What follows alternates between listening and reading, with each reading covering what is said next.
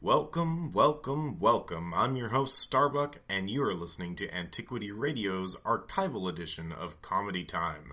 Tonight I'll be bringing you three of my favorite old-time radio comedies.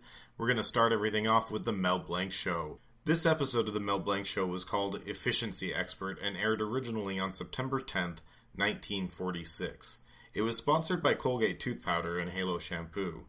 In this episode, an efficiency expert puts the fix-it shop in shambles, and a burlesque dancer's zipper can't be found. So stay tuned for The Mel Blanc Show, and thanks for listening to Antiquity Radio.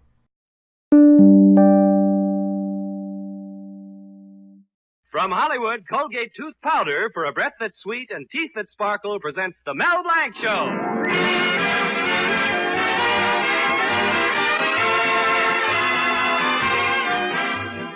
Colgate Tooth Powder for a breath that's sweet and teeth that sparkle brings you The Mel Blanc Show with Mary Jane Croft, Earl Ross, Bea Benaderet, Joe Kearns, Leora Thatcher, Zookie, and Victor Miller and his orchestra. Ladies and gentlemen, you've heard Mel Blanc as the happy postman. Hello, Missy Burns. Here's your mail. Well, goodbye, Missy Burns. Remember, keep smiling. You've heard him as the famous train caller. Train leaving on track 5 for Anaheim, Azusa, and Cucamonga. You've heard him as the lovable character Zookie. Well, in the fix-it shop, I'm the president, I'm the vice president, I'm the treasurer, I sweep out the place. You've heard him as the famous Warner Brothers cartoon character Bugs Bunny. What's up, Doc? Now hear him as the star in his own show. Hello, Mel Blanc's Fix-It Shop. You bend it, we mend it.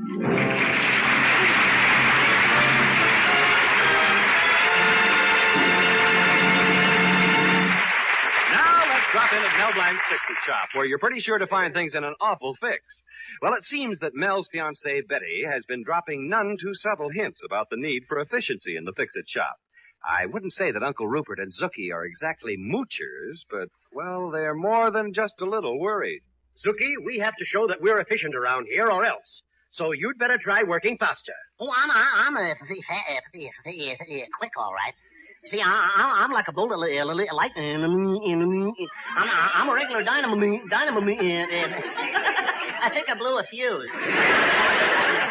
Zookie, here comes Mel. Quick, get busy. Hey, okay.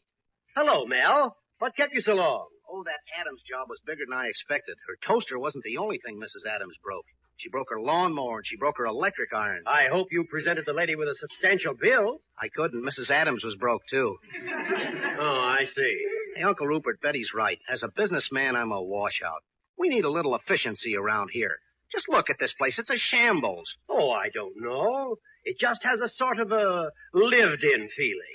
Yeah, lived in. I'm serious. Just look at that cigar butt on the floor. Is that yours, Uncle? No, my lad. You saw it first. Oh, stop kidding. Why, you are in a sour mood, nephew. Look, why don't you get yourself a ticket for the girly review at the Gaiety tomorrow night? It'll cheer you up. Now, Uncle. Have you seen the pictures of Fifi Divine, the star? Why, that gorgeous little lady has everything. And she carries it so well. Uncle Rupert, you know I wouldn't waste a breath on any other girl but Betty. Why, Betty's the most wonderful girl. And... Hello there, sugar boy. I'm Fifi Divine. Oh, boy. I thought you weren't going to waste a breath. On her, it wasn't wasted. Gosh, I feel better already. You've got a sign outside that says you can fix anything under the sun. I specialize in little jobs under the moon. Look, Pop, get back to your funny papers. I'll talk to your straight man here. Well, what can I do for you, miss? Well, I'm the star of the Pin-Up Girl Review opening at the Gaiety Theater tomorrow night. You've been at the Gaiety, haven't you, sugar boy? Oh, sure. I go there practically every night. Why, Melvin. Well, it's the only place in town you can get Hershey bars. Oh, you're cute. Look, sugar boy, you see this little gadget? I want you to fix it for me. Sure. It's just a little zipper. Oh, it's not just a little zipper. There's only one like it. It was made especially for me in my harem dance. Harem dance? Mm-hmm. That's the one Anna didn't do for the King of Siam. Why not? Did he have a weak heart? You see, in my dance, the miracle zipper drops off one veil when I go like this, another one when I go like this, and another one when I go like this. Look, Uncle, no hands. Well, make sure you have my miracle zipper ready by tomorrow. Goodbye, sugar boy.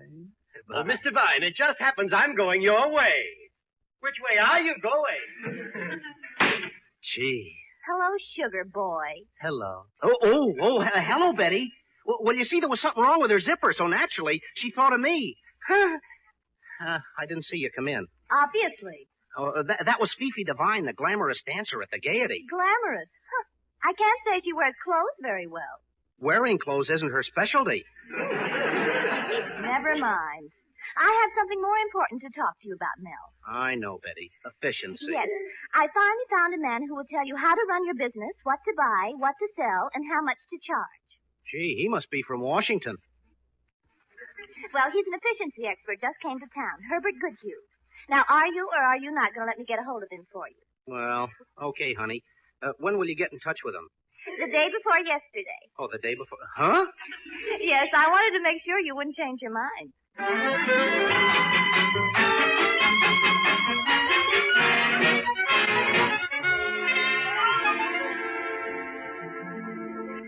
Mr. Blanc, I'm Herbert Goodhue, the efficiency expert. How do you feel? Well, I had a little cold. Who cares? Huh? That's your first lesson in efficiency, Blanc. I've just known you a few minutes. How could I possibly care how you feel? But you asked me. Always get to the point. That's the Goodhue speedy-deedy way. Speedy-deedy? Now, listen, Mr. Blanc. I'll give you an example of what real efficiency can do for people. For instance, when Mrs. Goodhue and I converse, we use my famous peachy-speechy system. Peachy-speechy? Not a word wasted. For instance, if I want to compliment Mrs. Goodhue on a delicious dinner, I do not say, darling, the flounder was so delicious it simply melted in my mouth. You don't, huh? No, indeedy. That wouldn't be speedy-deedy. I leave out all the unimportant words and say, darling, flounder, mouth.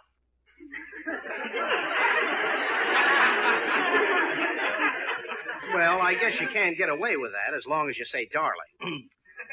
What's that you're fooling with? Oh, I have to see about Miss Fifi's zipper. Well, what you do outside of business hours is no concern of the Goodhue efficiency program.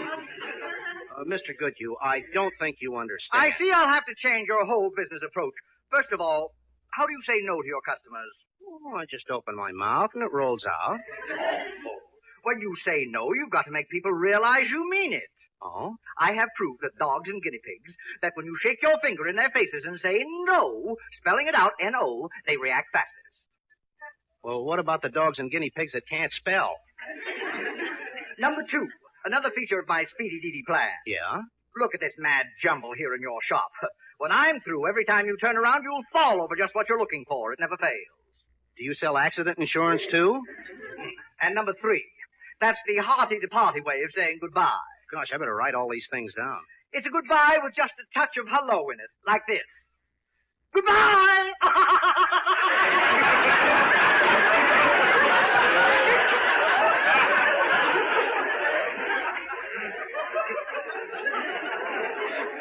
Gosh, that may sound like you're glad to see them go. Oh, you're a lucky man, Mr. Blanc. When I'm through in your fix-it shop today, you'll be master of speedy-deedy, peachy-speechy, and hearty-to-party. Okie dokie. I mean, okay. I'll do it for Betty. Ah, that's the old speedy-deedy. I'll do it even if it drives me slappy happy.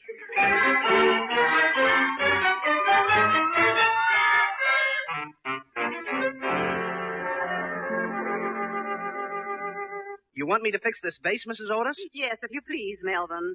Oh, you should see my little grandchild. Poor little fellow, he's teething. My daughter just has to keep burping him all the time. Who cares? Huh? What was that? Speedy-deedy, speedy-deedy. Mel Blanc, you're much too old for baby talk. About your vase, the answer is no. No. N-O. No. I don't understand you. Funny, dogs and guinea pigs understand. Take your finger out of my face. I think you've gone mad. Give me back my vase. Okay, where is it? Oh! My vase! My precious Chinese vase! You see, another feature of the Speedy Deedy plan. You can't turn around without falling over just what you're looking for. It never fails. I'm getting out of here, but you're going to pay for that vase, and I'm going to tell everybody to stay away from this store. Oh, Mrs. Otis, I almost forgot. Hardy the party. Goodbye!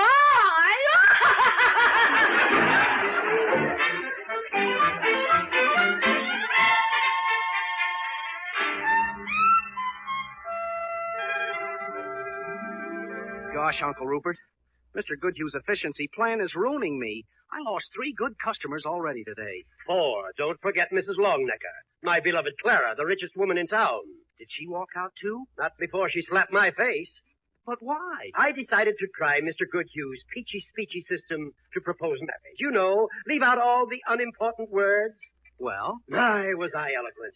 I suggested I come and live with her in her mansion, spend all our days together, perhaps have a few little ones. Well, those are certainly honorable intentions. I meant them to be, but one of the unimportant little words I left out of my proposal was marriage.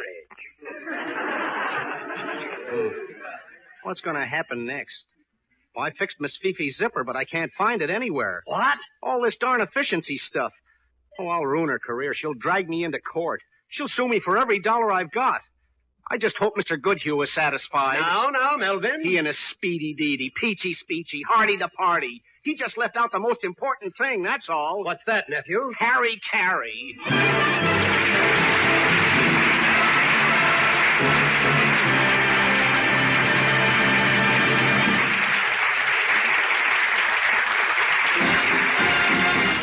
Use Colgate tooth powder, keep smiling just right. Use it each morning and use it each night. Don't take a chance with your romance. Use Colgate tooth powder. How often it happens, you meet a man and you think he's a nice fellow, but what? Well, you hate to say it, but it's that little breath of trouble. I mean, unpleasing breath. And the chances are this chap doesn't dream that a breath of trouble is tagging him, making him unpopular, hindering him in business, spoiling his fun. Without suspecting it, you may be the victim of unpleasing breath. So be on your guard against it. Just do this. Brush your teeth night and morning and before every date with Colgate tooth powder. For Colgate tooth powder cleans your breath as it cleans your teeth. Yes, scientific tests have definitely proved that in 7 cases out of 10, Colgate tooth powder instantly stops unpleasing breath that originates in the mouth. What's more, no dentifrice at any price cleans your teeth more quickly and thoroughly than Colgate tooth powder. Remember to buy it first thing. And remember the name Colgate tooth powder with the accent on powder. Don't take a chance with your romance. Use Colgate tooth powder.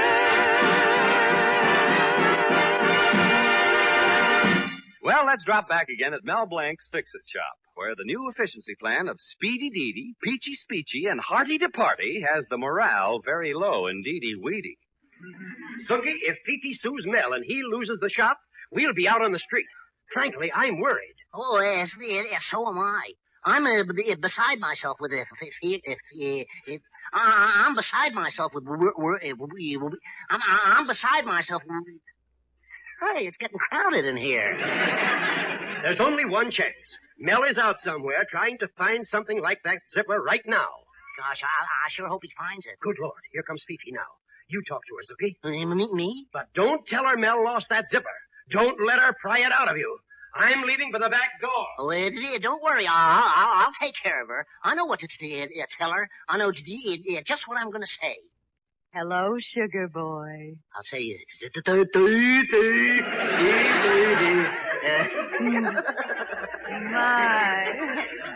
My, you're cute.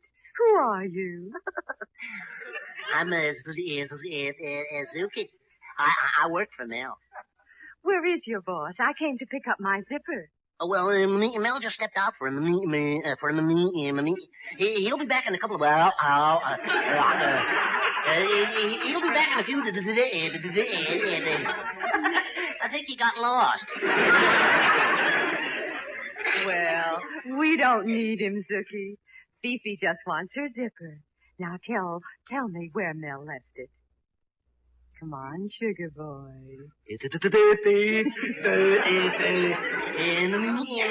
No. Oh, you can tell me anything. We're here all alone, aren't we? Just you and me. Mm-hmm. That's nice and cozy. But I can always call for help. We're all alone.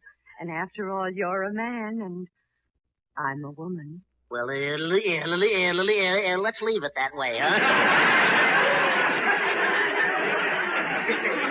Oh, I'm tired of this. You tell that pin-headed boss of yours, if I don't have that zipper for my show tonight, I'll sue him for every dollar he's got. Don't you butt me. Do you know what that zipper's supposed to do for me tonight? Oh, sure. Keep your shirt on.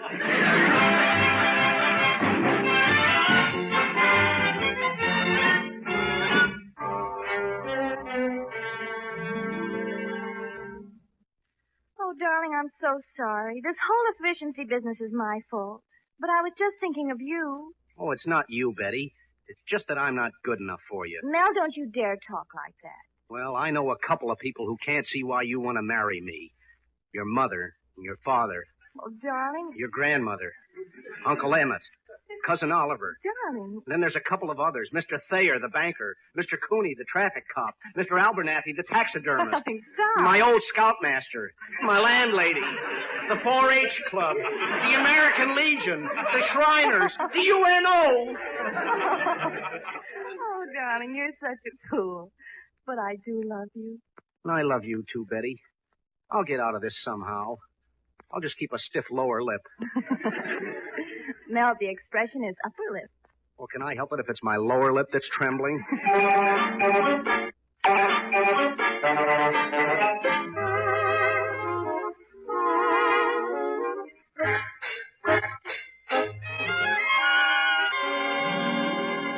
You'll be here any minute, Uncle Rupert. I don't know what else I can do. I just can't find her zipper. Well, nephew, don't worry. If worst comes to worst, I'll go out and get a job.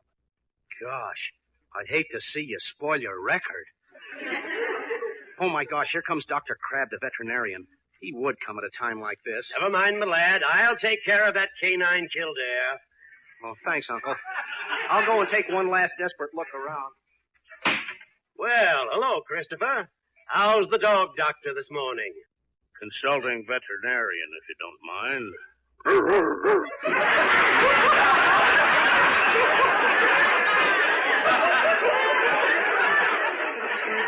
What's the matter with you? Nothing's the matter with me. Started catching my throat.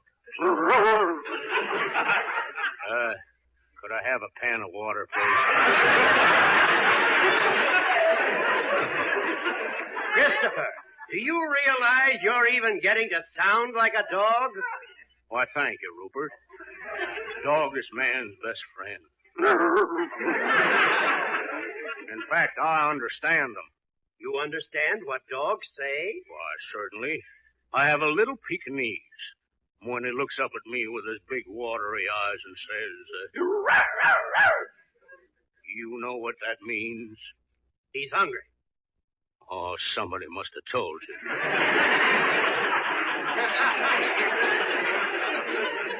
But dogs are wonderful.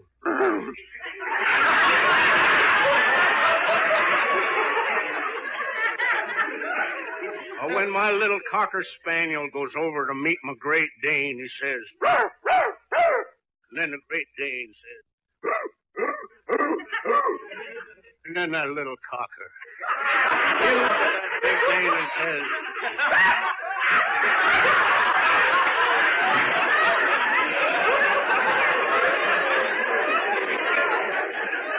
And what does that mean?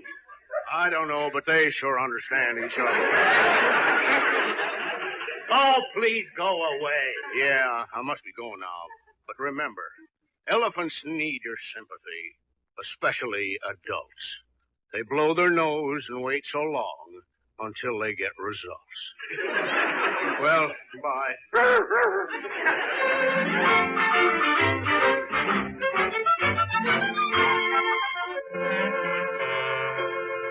I know, Miss Devine. I should be over at the theater right now, but I can't go on. What am I going to dance in, my girdle? That ought to be snappy. Hey, that's what I'll do. I got it. Oh, what are you doing? Don't push all those things off the counter. Have you gone crazy, man? Now, you stay out of this, Mr. Goodhue. Uncle Rupert, throw those nuts and bolts where they belong. Yeah, that's right. Right there in the sink. And all this goes back where it was, too.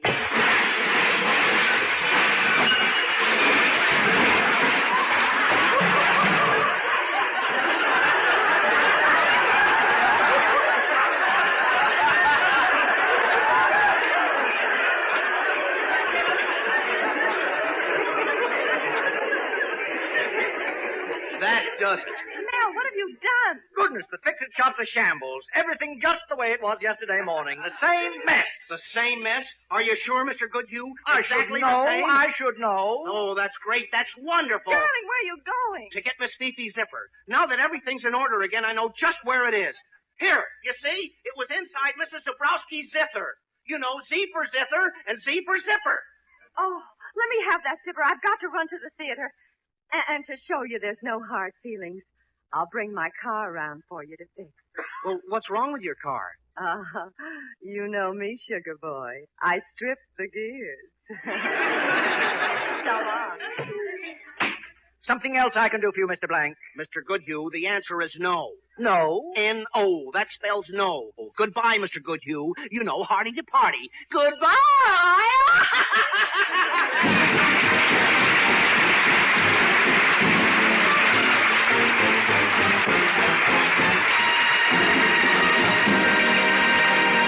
We'll be back in a minute for a Zookieism. What? You never heard of a Zookieism? Well, hang around. Use Colgate tooth powder, keep smiling just right. Use it each morning and use it each night. Don't take a chance with your romance. Use Colgate tooth powder. Look, let's face the facts. A little breath of trouble, unpleasing breath, is no respecter of persons. Girl or woman, man or boy, teamster or tycoon, debutante or duchess. All are possible victims of unpleasing breath. Why, even you, though you don't suspect it, may risk your happiness, ruin your romance, even jeopardize your job because of unpleasing breath. So isn't it best to be on your guard, to watch out for that little breath of trouble? My advice is do this. Brush your teeth night and morning and before every date with Colgate tooth powder. For Colgate tooth powder cleans your breath as it cleans your teeth. Yes, scientific tests have definitely proved that in 7 cases out of 10, Colgate tooth powder instantly stops unpleasing breath that originates in the mouth. What's more, no dentifrice at any price cleans your teeth more quickly and thoroughly than Colgate tooth powder. Remember to buy it first thing. Remember the name Colgate tooth powder with the accent on powder. Don't take a chance with your romance. Use Colgate tooth powder. Well, Suki, we've had a lot of excitement, but I hope you learned something about efficiency. Yes, Suki. To be efficient, you should score yourself on things like ingenuity, perseverance, industry. How would you score yourself? Well, on ingenuity, I score on perseverance, I score on industry, I score I don't know what the score is.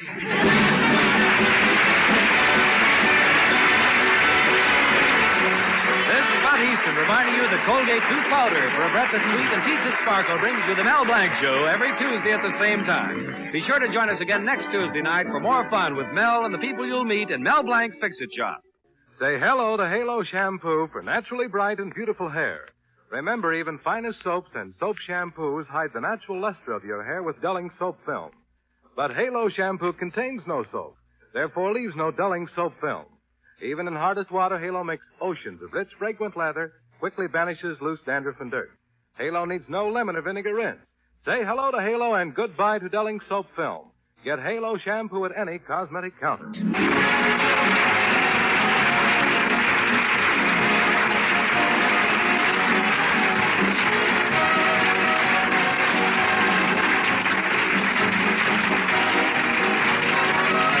The Mel Blanc Show was written by David Victor and Herb Little Jr. and was produced by Joe Ryan.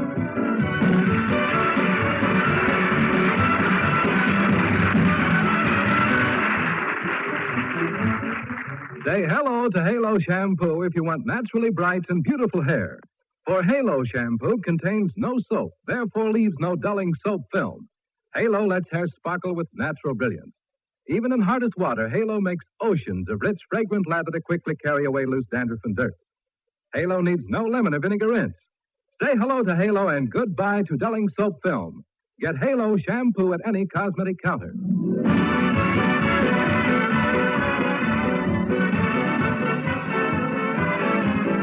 Ladies, help out by taking your used kitchen fat to your butcher. He'll pay you 4 cents a pound. Sell him a can of fat this week for sure.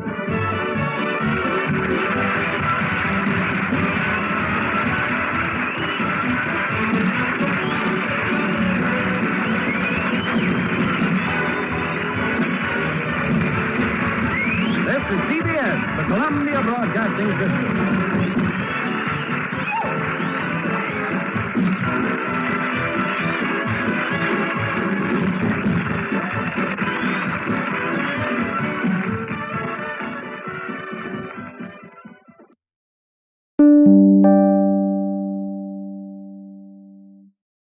And that was the Mel Blanc Show. This is Antiquity Radio.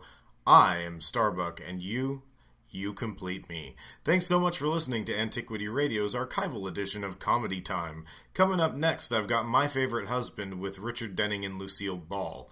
Since Jell-O was the show's main sponsor, it received at least 3 plugs a night, including one from Ball in the introduction of every show. Jell-O, everybody. From its debut in 1948 on CBS Radio to its last episode in 1951, the show was able to produce a total of 124 episodes. Here is My Favorite Husband.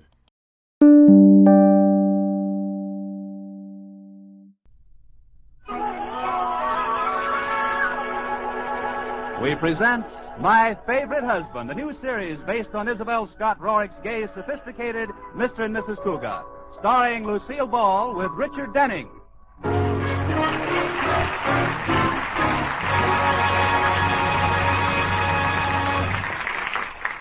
10 years ago, the town's most eligible bachelor, George Cougat, married socially prominent Elizabeth Elliott. The lavish wedding kept the society columns all over the country in copy for weeks.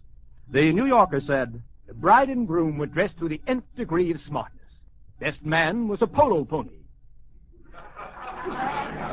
The Hearst papers said, "The bride and groom were dressed handsomely in attractive comment from guest Douglas MacArthur."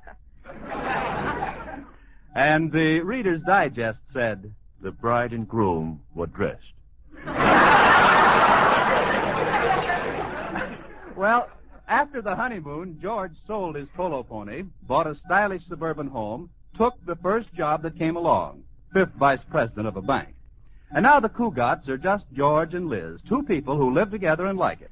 George says, "When I married Liz, she didn't know a thing about keeping house. She couldn't cook, she couldn't sew, she couldn't clean. But later she overcame this lack of domesticity in a most ingenious manner." Liz says, "I got a maid."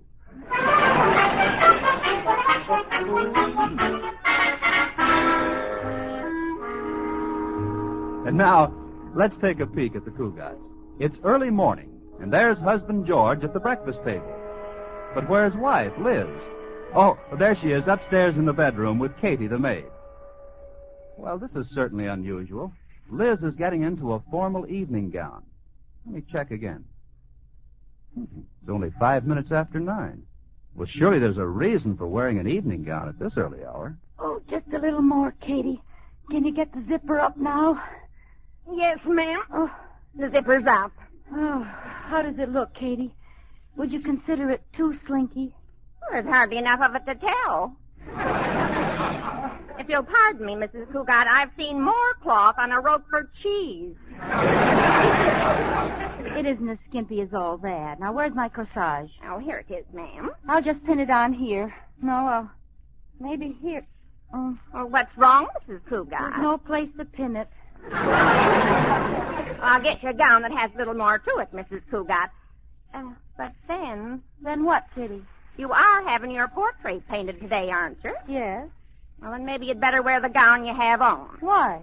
Well, as long as you're paying for a portrait, you might as well have as much of you in the picture as possible. No, Katie, we might move to Boston someday, and I wouldn't want my portrait banned. Oh, here's a more sensible gown, ma'am. Have you told Mr. Cougat about the painter coming today? Not yet, Katie. I'll tell him at breakfast. Now hurry and get me out of this tight thing. I feel like a 10-inch weenie in a 5-inch roll.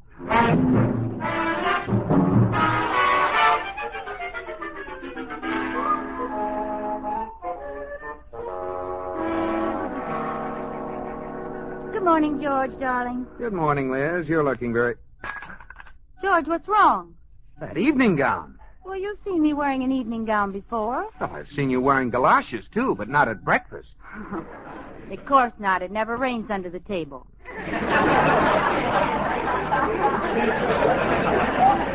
Darling, the reason I'm wearing this gown is because I'm going to have my portrait painted. The artist is coming this morning. Having your portrait painted? Mm-hmm. What in the world for? Well, Alice Sturm had herself sketched, so... Alice Sturm, I might have known. The old story of keeping up with the Joneses. It's nothing like that, George. This is entirely different. This is keeping up with the Sturmses. Darling, when Alice Sturm gave a party for an opera star, we had to give one for the Hall Johnson Choir. When Alice goes to Catalina, we have to go to Hawaii. Believe me, the day Alice Sturm has quintuplets, I want to be in Mexico. Well, what about me? And just where is this masterpiece going to be painted? Right here, and by a very good artist, too. His name is Damon Welch. He'll be here in a little while. I get a kick out of those artist characters. I can hardly wait to see him. He'll probably be wearing a pink beret and have a rose clinched between his teeth. Long artistic fingers hanging down and sticking in the tops of his shoes. No. I heard Damon Welch is different from other artists, George. They say he's very big and strong and muscular, like, who's that rugged, tall actor in the movies? You know, the one with the big arms and broad shoulders. Marjorie Main. No, Victor Mature. Oh, well, don't be silly, Liz. Artists are all the same. They wear berets, live in attics, and smell of spiders. Hello, George. Liz. Oh, it's Corey. Come on up, Corey. Cartwright here, Bachelor Deluxe, Damsel Delight, the kind of man you'd like to marry your sister. If you hated your sister.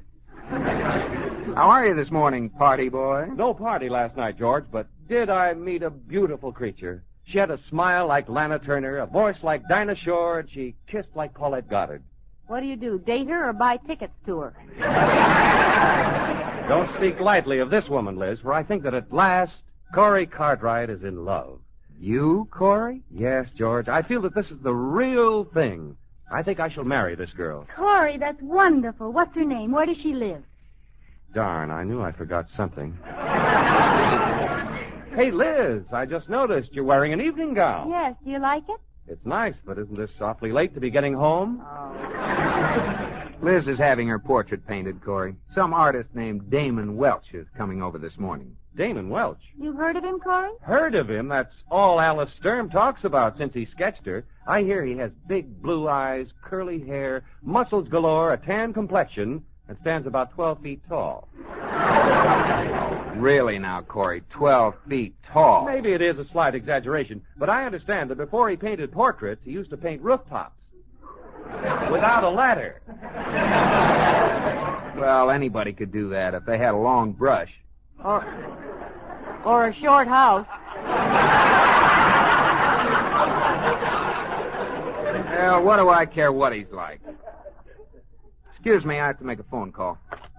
Who are you calling this early, darling? The time operator. My watch has been acting up again. Well, maybe Corey has the right time. No, I left my watch home on my other wrist. At the tone, the time will be 9:42 1/4. 9:42. Have to be getting down to the bank. Right with you, George. I have a luncheon date with a girl who was a gorgeous blonde yesterday, and I'm anxious to find out what she is today. Kiss me goodbye, George. Your kisses give me strength for the day. When Corey Cartwright kisses them, they stay charged up for a month. Bye, darling. Bye-bye, Liz. Bye. Are you really going to the bank today, George, or are you just faking? Huh? What are you talking about? With that Damon Welch coming to your house today, I figured maybe you're going to sneak out and hide in the garage. I'd forgotten all about it. Doesn't worry me in the least. It would if you heard what Howie Sturm calls that artist. Why, what does he call him? A weasel with an easel. Come on, get in the car, Corey. Hey, don't start the motor yet, George. The artist just pulled up in your driveway. Maybe we can get a look at it. Good. I'm still betting he has a rose between his teeth. He's getting out of his car. Holy mackerel, George. He looks like the Empire State Building with a turtleneck sweater. Oh, he's not so much. I bet he pads that sweater with cotton. If he does, he must have the whole plantation and Uncle Tom's cabin under there. Look at those shoulders, George, and that chest.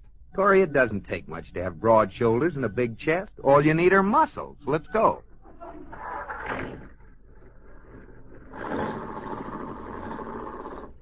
Did you see that thick neck, George? Those pretty blue eyes? Well, so what? My neck isn't as thick, maybe, but I have a nice neck. And look at my Adam's apple, Corey. Oh, that guy didn't have anywhere near the Adam's apple I have.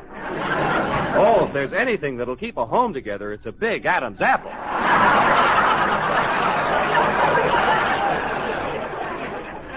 And as far as his blue eyes are concerned, my eyes are blue, too. Look at my eyes, Corey. See the pretty blue? It's kind of hard to see the blue right now, George. Your face is so green.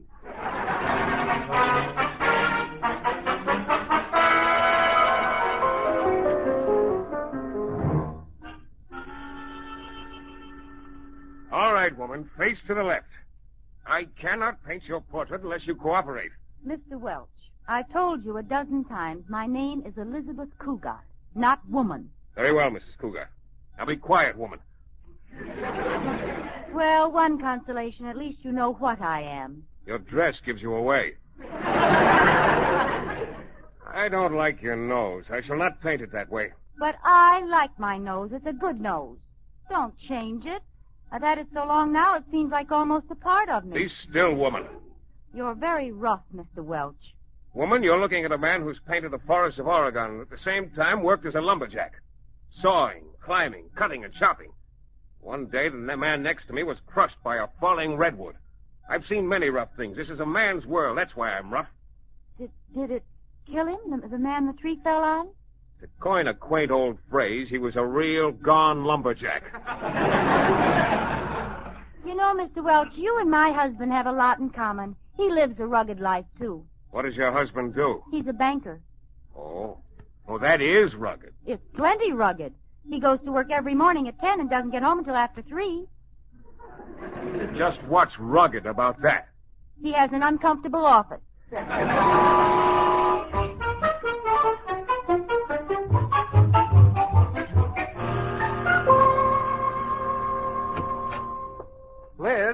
Liz, are you here? Oh, you're home early, darling. Hi, honey. How's the portrait coming? All finished, huh? Oh, no, Damon will be back tomorrow. Damon? You call him Damon? Yes, now. He was terribly cold at first, but he warmed up. How warm did he get? Oh, George, I've just got to tell you all about him. You wouldn't believe that just an artist could have lived so much. Too bad he lived so long. What'd you say, dear? I said too bad he had to run along. You know, men certainly are misleading. Take Damon, for instance. There he is, an artist, but he's worked in the Oregon forest, and believe it or not, he's chopped down giant redwood trees. Well, I cut down the tree in the yard, the one that made the lawn so unsightly. That wasn't a tree, dear. That was a laundry pole. Well, it was a tree once. Did you notice Damon when you were leaving this morning? He came in right after you'd left with Corey. Yes, I think I did. He was struggling to get his car door open. Didn't seem to have much strength. A tall, unhealthy-looking chap, as I recall. A padded sweater. Damon? Oh, George, I don't think so. He's huge, with big muscles and a terrific tan. Yes, Liz, but I'm sure that under that tan there's a naturally pale face. George, what are you looking for? Oh, nothing. Oh, say, look at this. My old photograph album. Look here. This picture of me at the beach. You noticed the muscle? Oh, yes. That was the day you and Jimmy Paterno and Howie Sturm and the whole gang made the human pyramid. Takes a lot of strength to support all those men. Yes, it does.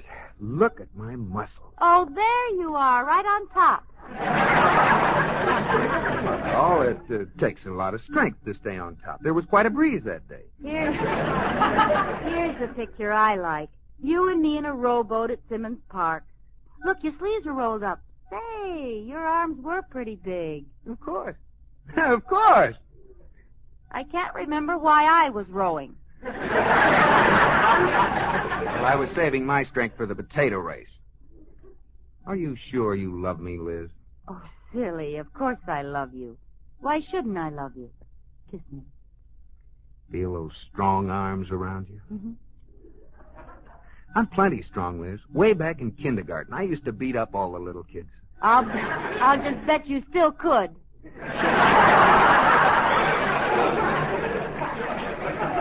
Kiss me again, sweetheart. Liz, are you positive you love me? I'm the only one? Nobody else? Oh, don't talk such nonsense. Just hug me tighter. Make believe I'm a tube of toothpaste and pop my cap off.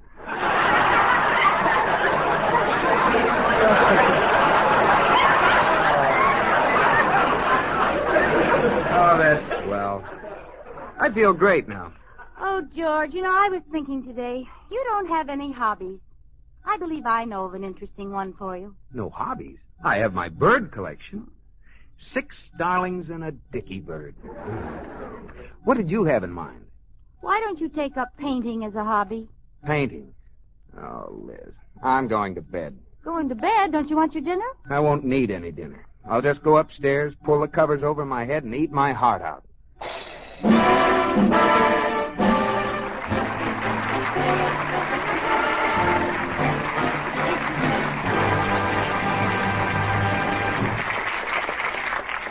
You are listening to My Favorite Husband, starring Lucille Ball with Richard Denning.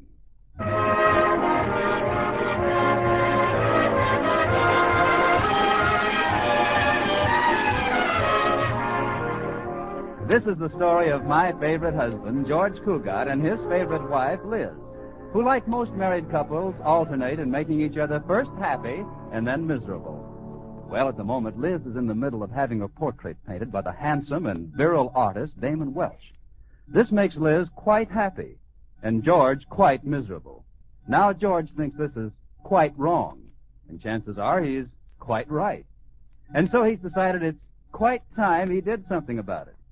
It's the next morning. Quite. George, darling, you aren't eating your breakfast. Oh, I'm not very hungry, Liz. Didn't sleep last night. I'm going to stay home today. Stay home? George, are you ill? Yeah, that's it. I'm sick. Awfully sick. What's wrong? Oh, I don't know, Liz. Maybe it's painter's colic. Painter's colic? Well, that is, the inside of my mouth feels like a brush. I'd better call Dr. Buell. What do I want with a doctor? Well, you just said you were sick. Oh, yeah. Call a doctor. Oh, it's Damon. Katie! I saw him coming, Mrs. Cougar. Oh, good morning, Mr. Wells. Good morning, woman. Step aside and let Genius enter. I wish he'd slammed the door on his genius. Good morning, woman. Good morning, Damon. This is my husband, George. You may just call me Man. George isn't feeling well, Damon. I'm going to call the doctor. What's wrong with him? He looks well enough. Trouble with you, Cougat, is that soft, decadent living has finally caught up with you. You should get out of doors, do some exercises. Run the mile, do some chin-ups, push-ups, chop some wood, mow the lawn, pull some weights. Tote that barge, lift that bale. Oh. Liz, call the doctor now. I'm worn out.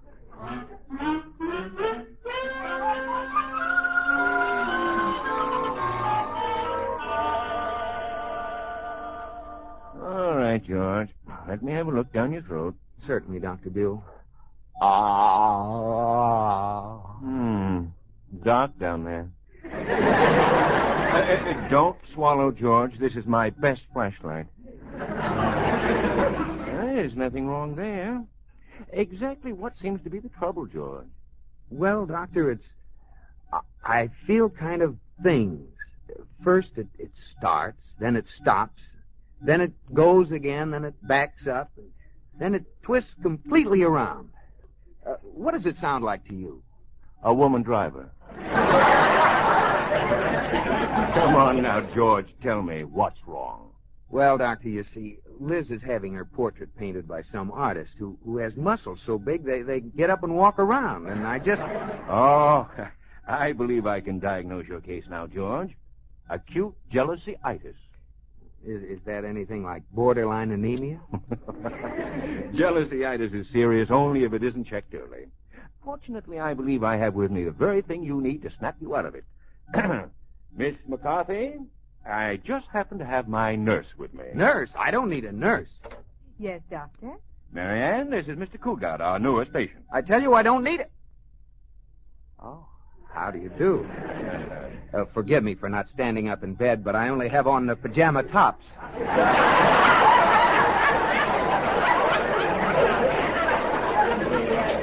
Ill enough to require a nurse, Doctor? Well, he said he wasn't. What about it, George? Oh, I ain't long for this world.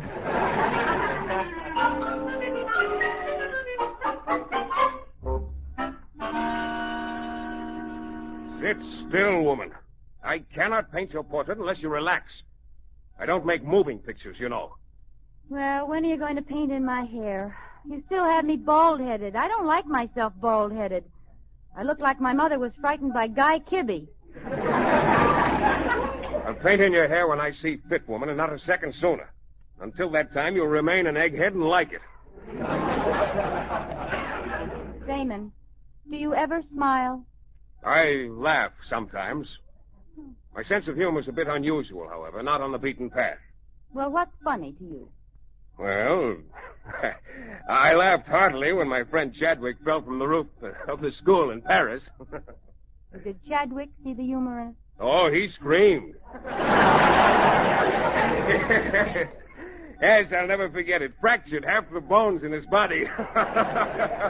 Yes, he must have been all broken up.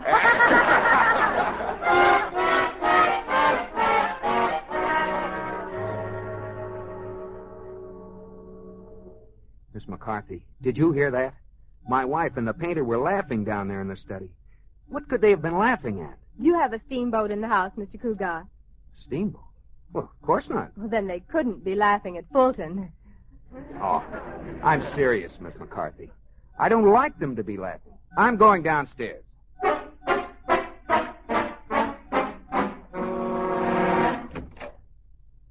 Hello?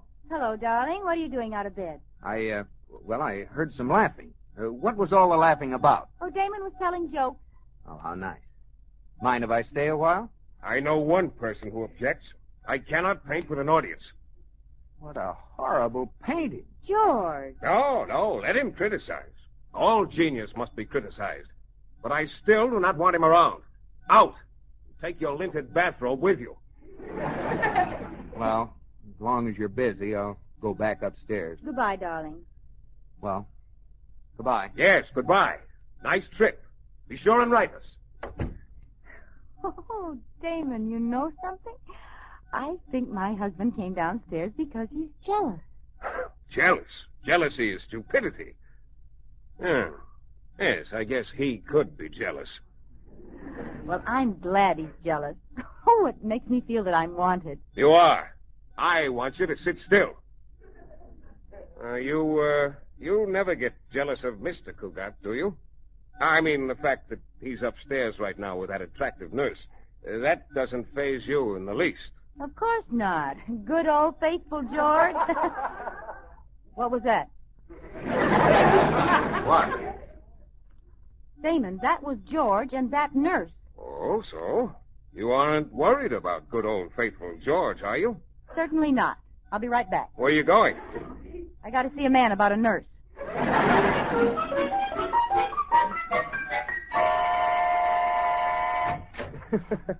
Hello. May I come in? Yes, Mrs. Cougat, but you mustn't stay long. I have a naughty boy on my hands, and I don't want him to get excited.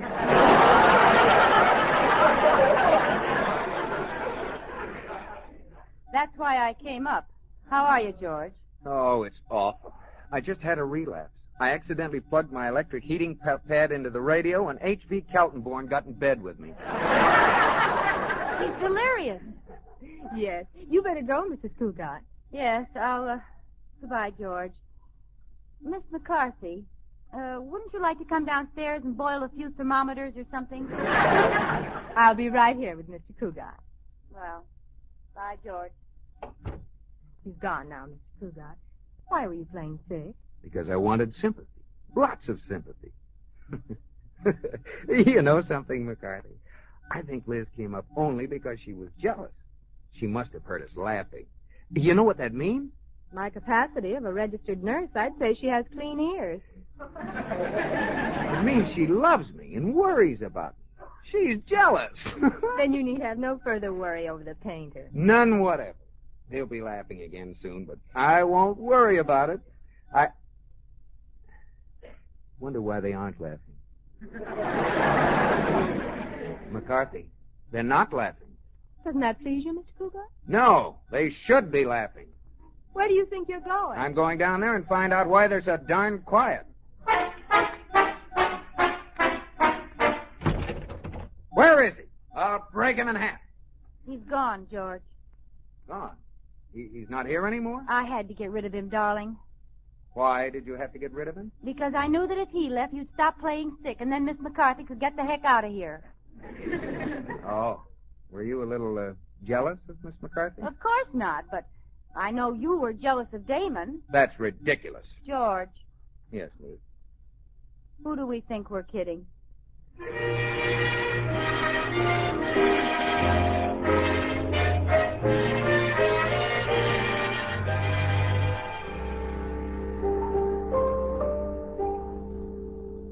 So he left, huh, George? Yes, Corey. He left. And George was really very nice to him. How lucky you were, George.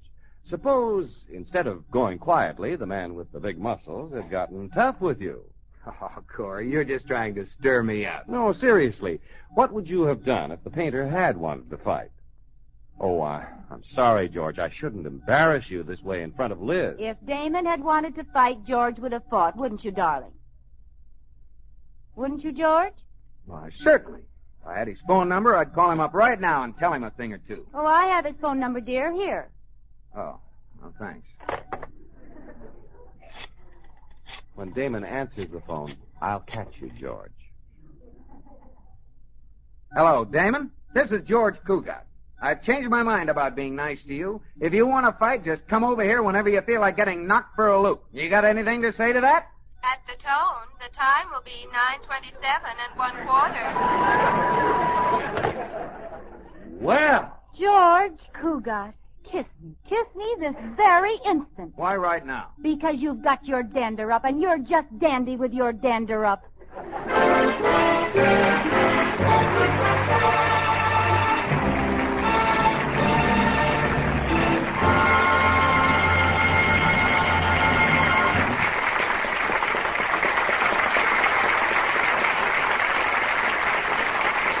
In just a moment, Lucille Ball and Richard Denning will be back with us.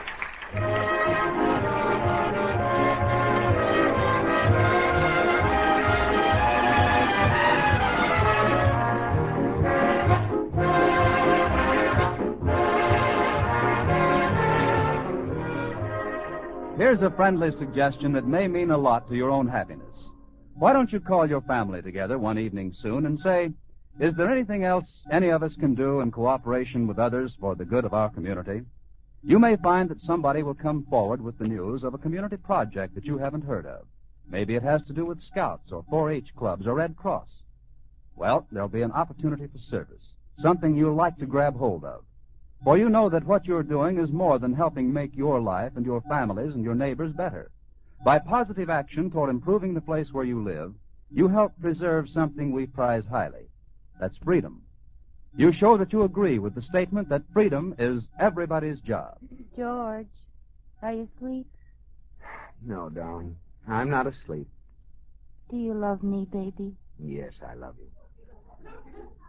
How much? Lots. Well, in terms of pounds, how much do you love me? 3 pounds, 6 pounds, 7 pounds? 12 tons. Oh, I love you 100 tons. Now, you have a bigger truck.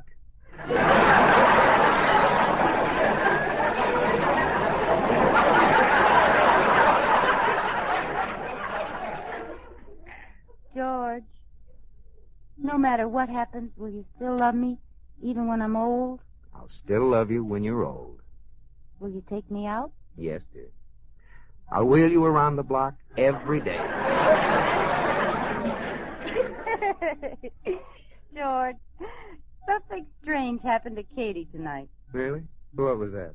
Well, tonight around 9:27, Katie picked up the phone extension in the kitchen and heard a man shouting at the time operator. Good night, George.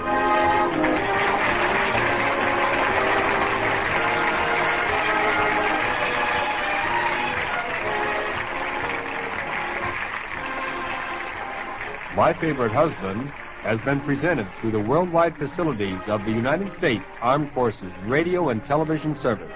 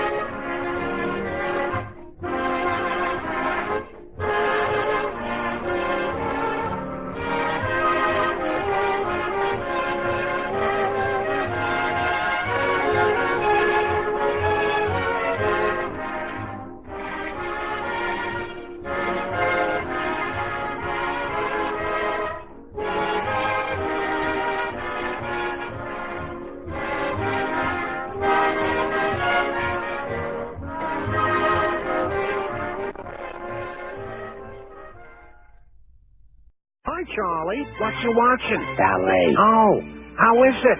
Too soon to tell. So far, it's been nothing but dancing. But I'll watch it anyway to show Starkist my good taste. But Charlie, Starkist don't want tuners with good taste. Starkist wants tuners that taste good. Hey, that's for me. Sorry, Charlie. Only good-tasting tuna get to be Starkist. Good-tasting 100% prime fillet. This is good tasting tuna. Get Starkist tuna. Note the name, Starkist. You've just heard an episode of My Favorite Husband called The Portrait Artist. It originally aired August 6th, 1948.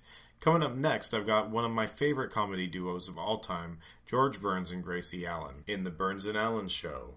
And thank you so much for joining us on Antiquity Radio. Join us online at antiquityradio.com.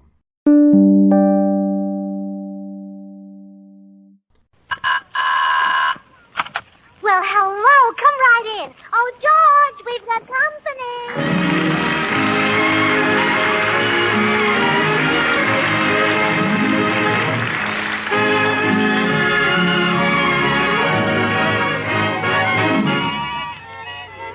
This is Bill Goodwin, speaking for Lever Brothers, makers of Swan, the new white floating soap that's pure as fine Castiles. Well, it's Tuesday night again, time for another pleasant visit with George Burns and Gracie Allen, our guests, Jack Benny, Jimmy Cash, Felix Mills and his orchestra, and the Swantet. And now, meet the people who live in the Burns house, George and Gracie.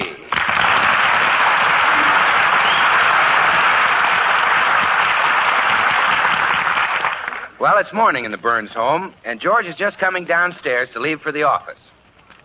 Good morning, dear. Morning, darling. Look what the postman just brought you. A present from Pat O'Brien. Oh, I bet Pat is sorry he started that rumor about me being a juggler. Open the package, dear. All right.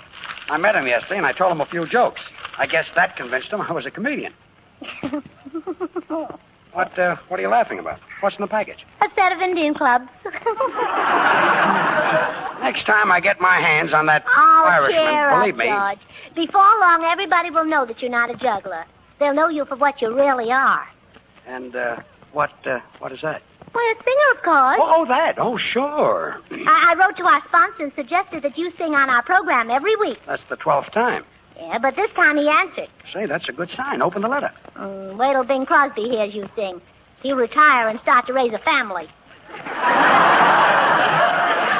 Oh, Gracie, I'm not better than Crosby. As good, maybe, but, well, open the letter. What does the sponsor say? Believe me, there are plenty of other big programs that would like to have George Burns as a singer. Gracie, the letter, open it. Well? George, what are some of the other big programs? Turn me down again, huh? Oh, never mind, dear. You're a great singer.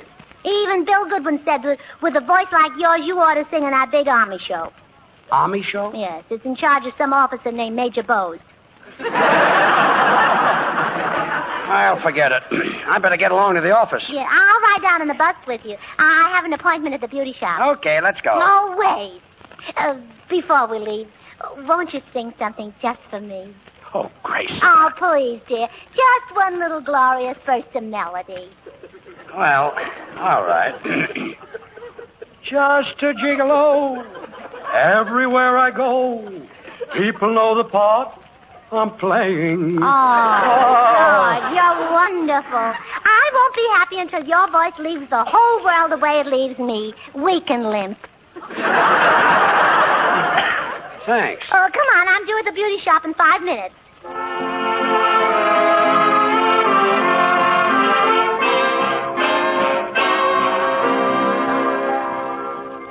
Well, what'll it be today, Mrs. Burns? A shampoo and set? Oh, yes, and I'm kind of in a hurry, Josie. Well, I'll do my best, Mrs. Burns, but we're short-handed, and I have to work on the customer in the next booth, too. The old horse face, I hope he chokes. He? You mean there's a man in the next booth? Well, sort of a man. Josie, where are you? Oh, that's him. I wish he'd go sit on a hot curling iron.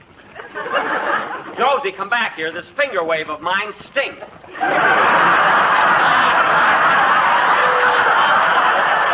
Josie, do you hear me? This finger wave stinks. All right. Leave your hair on the table, and I'll do it over again.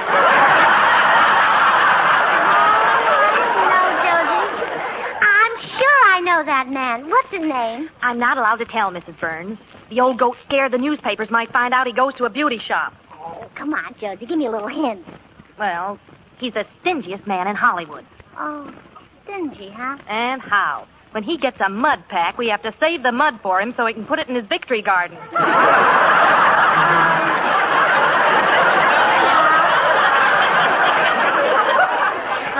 I can't get it from that. Give me another hint.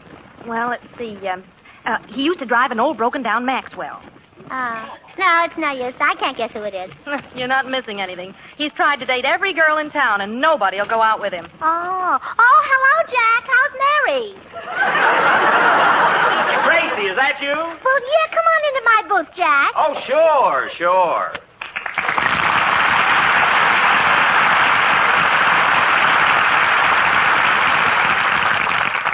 Oh, hello, Gracie. I guess you're surprised to see me here. Well, yes, I am. Well, you see, Mary lost a bobby pin the last time she was here. I dropped by to look for it.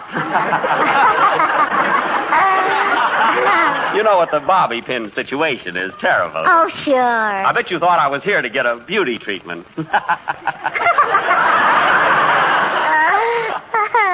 Gracie, you sound like you don't believe me. Maybe that's because I don't.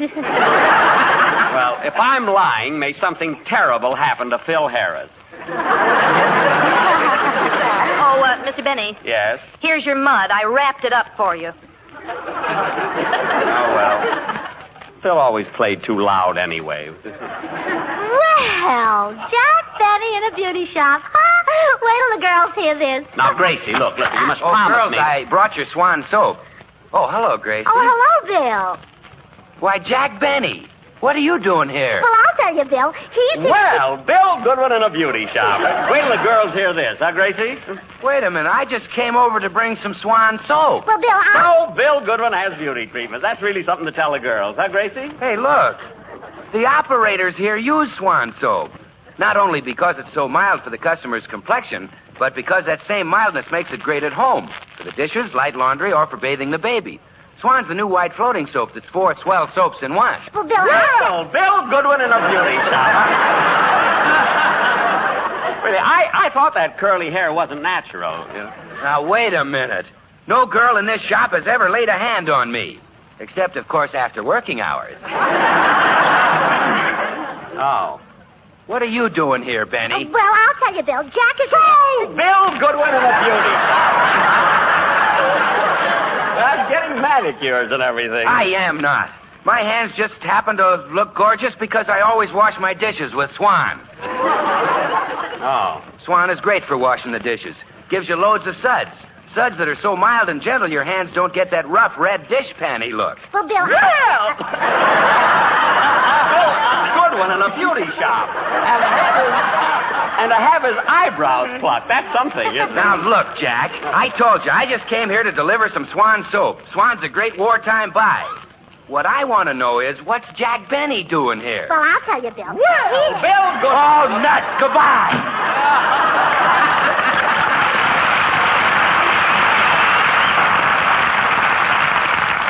Gracie, look, for heaven's sake, don't let out my secret. I mean, I don't want everyone I meet to know I've been taking beauty treatment. Oh, don't worry, Jack. They'll never suspect it.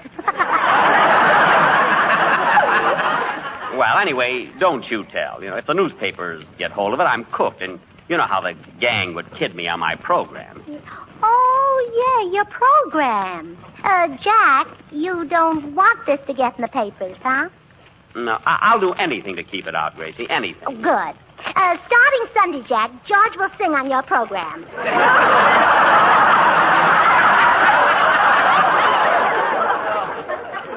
George? Yes. Sing? Uh-huh. Gracie, I've heard prettier noises come out of Carmen Lombardo. Yeah. I see. Well, excuse me, Jack. I'm going to telephone a little news item to the paper. Wait. Oh, you mean George Burns? Yes. Oh, George, your husband. Yes. Oh, old Sugar Throat. Sure. Oh, well, I don't suppose it would hurt if George sang on my program once. Well, I was thinking of having him sing every week.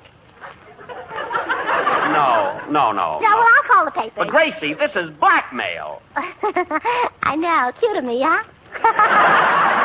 Yeah, cute.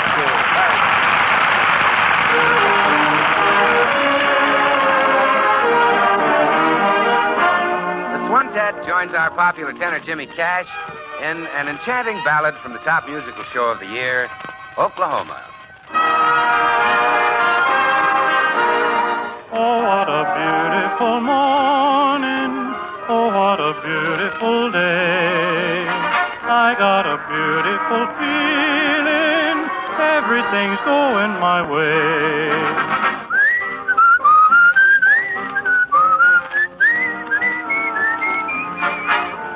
There's a bright golden haze on the meadow. There's a bright golden haze on the meadow. Corn is as high as an elephant's eye, and it looks like it's climbing clear up to the sky. Oh, what a beautiful morning. Oh, what a beautiful day. I got a beautiful feeling. Everything's going my way. Okay. Oh, what a beautiful morning. Oh, what a beautiful day. I got a beautiful feeling. Everything's going my way. Oh, what a beautiful day.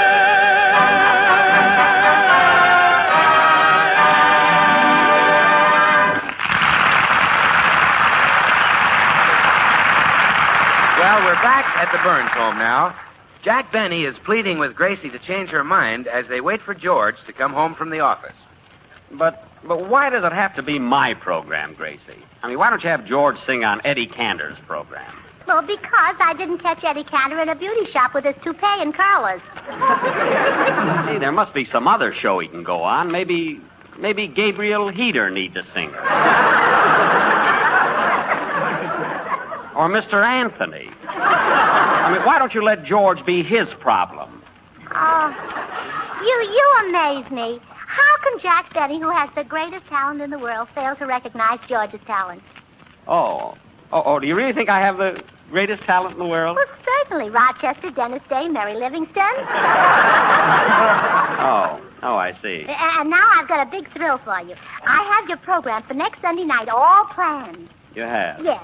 It'll be the new and entertaining Jack Benny program featuring George Burns, California's answer to Frank Sinatra. I can't do it, Gracie. I mean, I can't allow George to sing. Well, shall I call the papers and tell them about the beauty shop? He sings. Now, listen to the way I have the program all worked out. You're the star, so of course you come out first. Thank you. Your line is, hello, and then George comes out for his opening number. I just say hello. Well, we could make it hello, everybody. No, I don't want to hog the whole show. Well, then George sings his second number, and back you come again. Good. To announce George's next number. I hope my throat stands up. And then right after that, Dennis Day comes in. Dennis Day? Yes. Well, doesn't George do all the singing? Well, yes, but I thought you might want a few laughs on the program.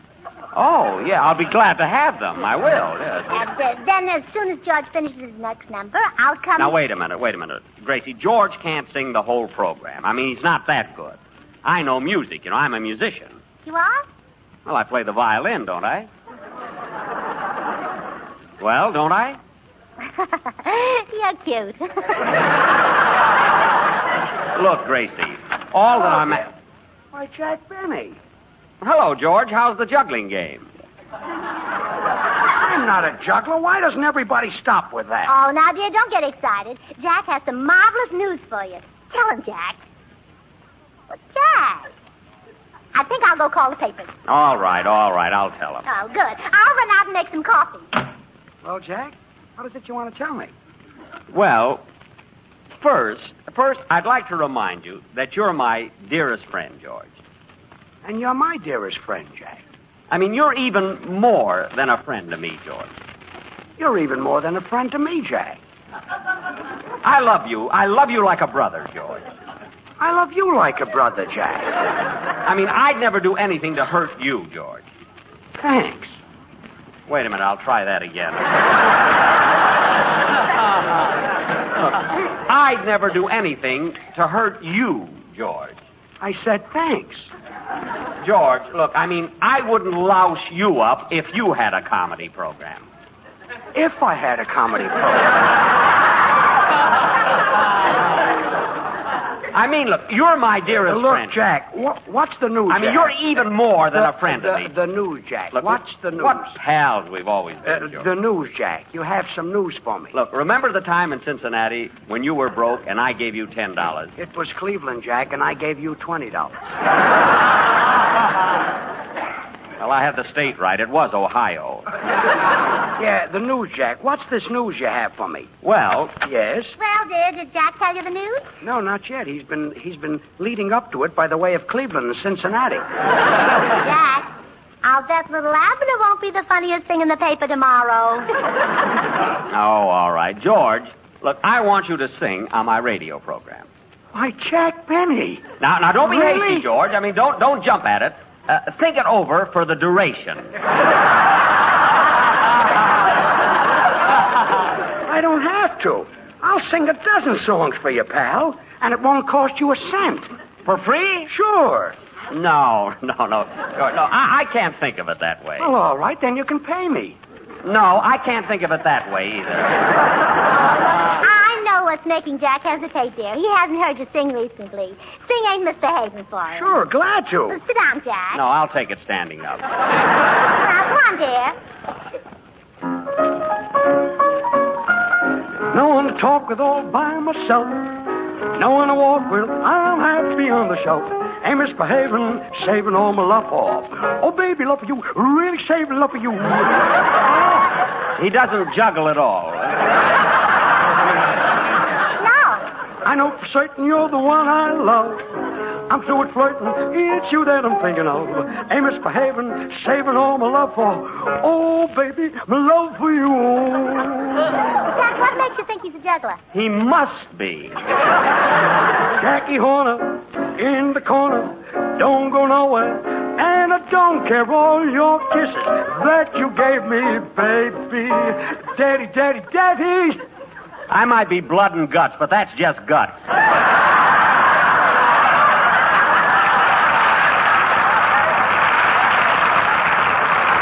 I don't stay out late and I don't care to go.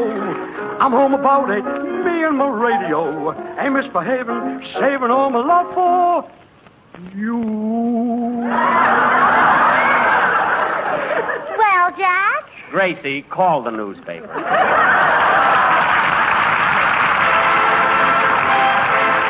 Time for Felix Mills and his orchestra. Tonight, from Felix's memory album, it's Honeysuckle Rose.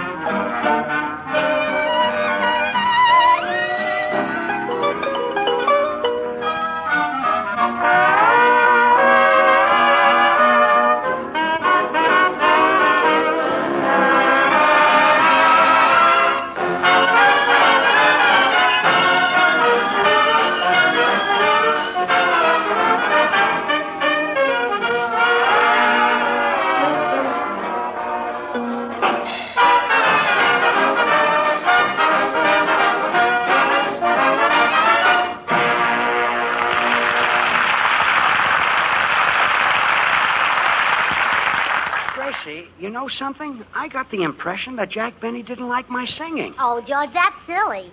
Didn't you hear him tell me to call the newspapers? He wants to give them a big story about you. Yeah, but I noticed that while I was singing, he kind of turned green. Oh, well, of course he turned green. You sang exactly like John McCormick. Oh, so that's what it was. Sure. Now, I'll go in and talk to Jack. You stay here and spray your precious little adenoids. Okay. From time to time and every time. Jack? Yeah? Well, naturally, you were joking before when you told me to call the newspapers, weren't you? Not me, Gracie. Look, I'd rather have everybody know I was in a beauty shop than have Sugar Throat smell up my program. Well, I'm warning you. I'll phone the paper. Phone them. This is my last warning, Jack. Go ahead. I'll phone the paper. Phone them. This is my last warning, Jack. Go ahead. I'll phone the paper. Phone them. This is my last warning, Jack. Go ahead. I'll phone the paper. For Pete's sake, phone them. No, Jack, no, I can't. I'm too fine, too decent. I can't stoop to blackmail when I see it isn't working.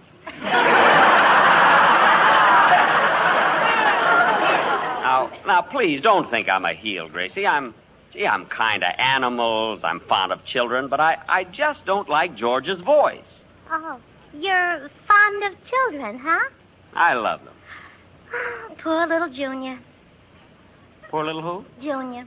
He'd be so proud if he knew that his daddy had sung on the Jack Benny program. Gracie, you mean? Yes. George and I are parents now. He's the father and I'm the mother. Gee whiz, I can't believe it. When did it happen? Well, I don't remember exactly. We were so excited at the time. Well, I'll be darned. Good old George has a baby. It hardly seems possible. Yes. I was amazed when George told me. I just can't get over it, Gracie. I'm so happy for you, so happy for George. Who does the kid look like? Like me. I'm so happy for the kid. Say, could I see him? I'm crazy about kids. Really, Jack? Oh, sure. I mean, many's the time I bought a bag of candy and blew up the bag to amuse a kid. Imagine good old George, your father. Well, you can do something awfully nice for Junior. Let his father sing on your program. Gracie, I'm mad about children, No, but that... please, Jack. The baby adores you. When you're on the air, he lies in his crib gurgling with his little foot in his mouth. When Fred Allen's on, he puts his foot in his ear. Gee, what a smart little rascal. I know you'll do it for Junior. I can look in your sensitive blue eyes and tell that you won't disappoint him. They are blue, aren't they? Mm-hmm.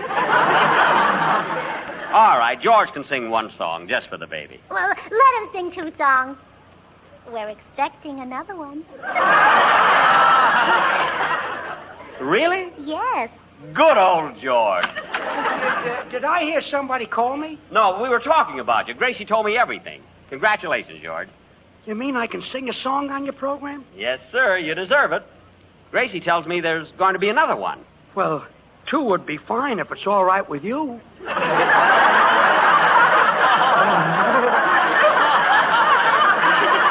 Well, why not? Have you picked out a name for the second one? Would you like Moon Glow?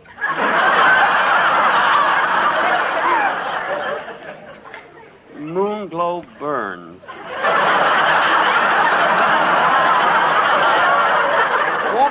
Won't that be just a little too corny? Oh, I don't think so, Jack. You know, while you were away, I took a few lessons from Crosby.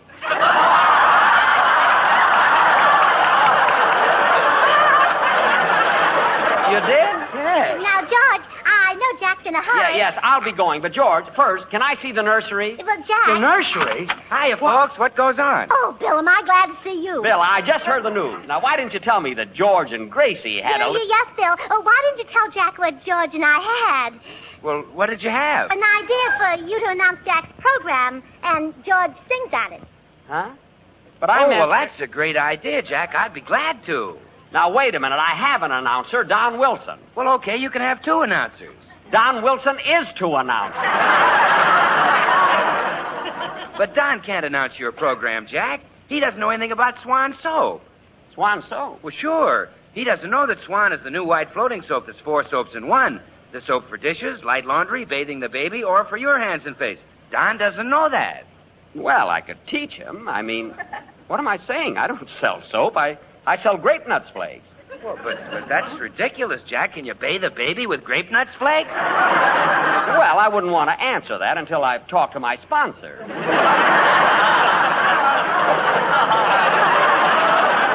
Well, I can... They're very resourceful, you know. Well, They may be working on that right now. Well, I can tell you the doctors recommend Swan for bathing the baby. Swan is so mild it's kind even to a little baby's tender skin. It's pure as fine castiles, too, so you know it must be great for your complexion. Gee, bathing a baby. Do you ever bathe that little darling of yours, George? Don't be silly. We take showers.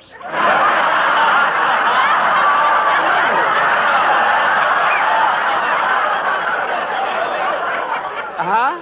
He means us. But the Swan is great for bathing the baby. Oh, yes, and Gracie breaks it in 2 so she can... Breaks it in 2? Well, sure, Jack. Swan breaks in 2 so you can use half in the kitchen for your dishes and light laundry and half in the bathroom for the baby or for your tub or shower. Oh, well, look, Bill, don't bother to tell me about Swan soap because I'm just using George on my program, not you. You see, I'm only doing it for Junior. Junior? Well, yes, George. That's what Jack calls you because you're so much younger than Jack.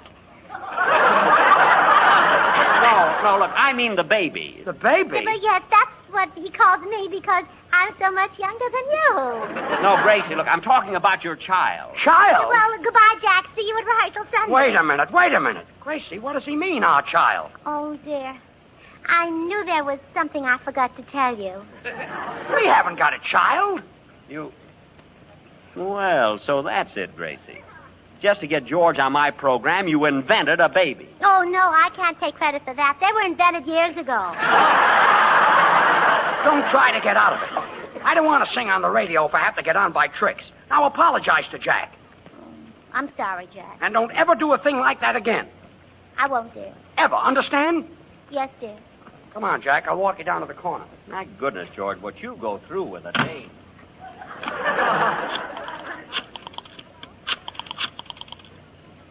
Hello? Hello, Fibber? This is Gracie. Would you and Molly let George sing in your program next week? Yeah, I know you've got a singer, but I thought you might do it for Junior. Yes, you see, we just had a baby. And he'd be so proud of you.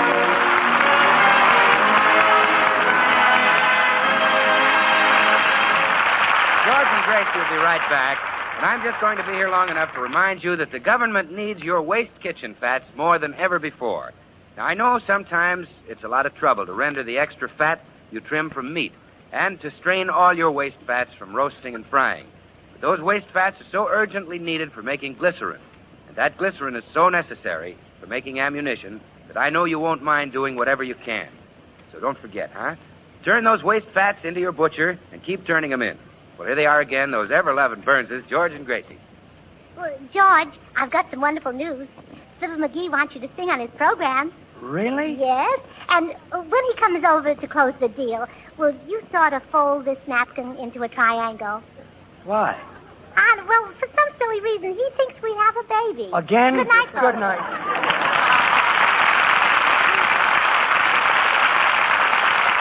The makers of Swan, the new white floating soap, join George and Gracie in inviting you to tune into your Columbia station again next week, same time. Don't forget, George Burns and Gracie Allen, CBS next Tuesday night. And now till next week, this is Bill Goodwin saying, well, I, Swan, how about you? Good night, everybody.